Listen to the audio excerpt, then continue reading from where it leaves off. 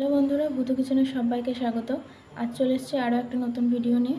আজ আমরা বানাবো দই বেগুন। তার জন্য আমার এখানে 3টে মাঝারি সাইজের বেগুন নিয়ে নিয়েছি। এখন আমরা বেগুনগুলিকে টুকরো টুকরো করে কেটে নেব। এইভাবে বুটে শুদ্ধ আমরা বেগুনগুলিকে 4 টুকরো করে কেটে নিচ্ছি।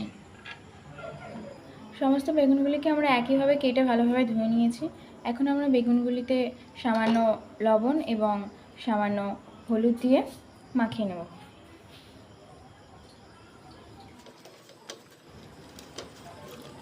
এরপর আমরা বেগুনগুলি ভেজে নেওয়ার জন্য কড়াইতে তেল দিয়ে দিচ্ছি।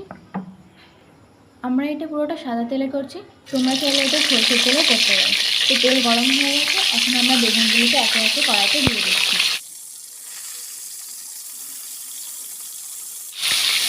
বেগুনগুলিকে খুব ভালোভাবে উল্টে পাল্টে আমরা ভেজে নেব। বেগুনগুলিকে খুব ভালোভাবে ভেজে নিয়েছি, এখন আমরা এগুলিকে তুলে নিচ্ছি।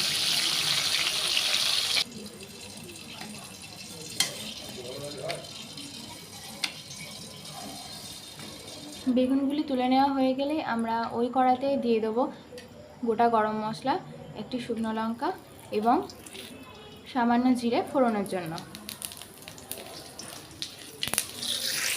ফোড়নগুলো সামান্য নেড়েচেড়ে নিয়ে আমরা এতে দিয়ে দেবো আধ বাটা পেঁয়াজ। পেঁয়াজটিকে হালকা নেড়েচেড়ে নেব।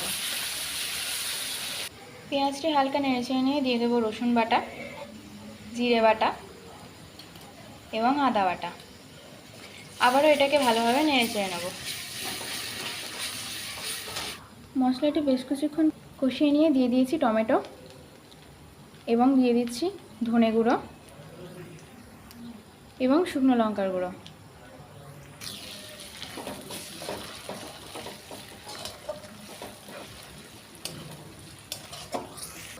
দিয়ে দেবো পরিমাণ মতো লবণ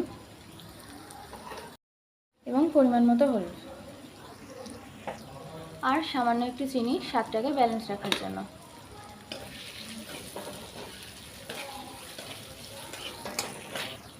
সমস্ত মশলা ভালোভাবে কষিয়ে নেওয়ার পর দিয়ে দেবো চিড়ে রাখা কাঁচা লঙ্কা এবং দই বেগুনের জন্য ফ্যাটানো টক দই।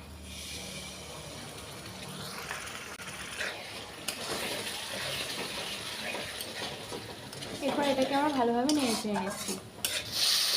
মশলাটা খুব ভালোভাবে কষানো হয়ে গেছে। এরপর আমরা এতে দিয়ে দেবো পরিমাণ মতো জল।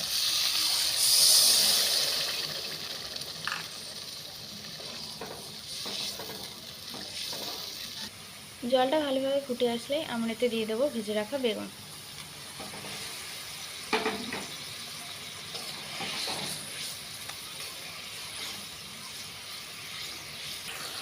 দই বেগুন রান্না কমপ্লিট, এখন আমরা এদিকে নামিয়ে নেব।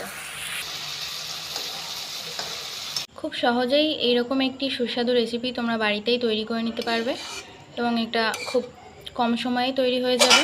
তোমাদের ভিডিওটা যদি পছন্দ হয় ভিডিওটাকে লাইক কমেন্ট শেয়ার করবে এবং এরকম আরও নতুন নতুন ভিডিও পেতে চ্যানেলটিকে সাবস্ক্রাইব করবে।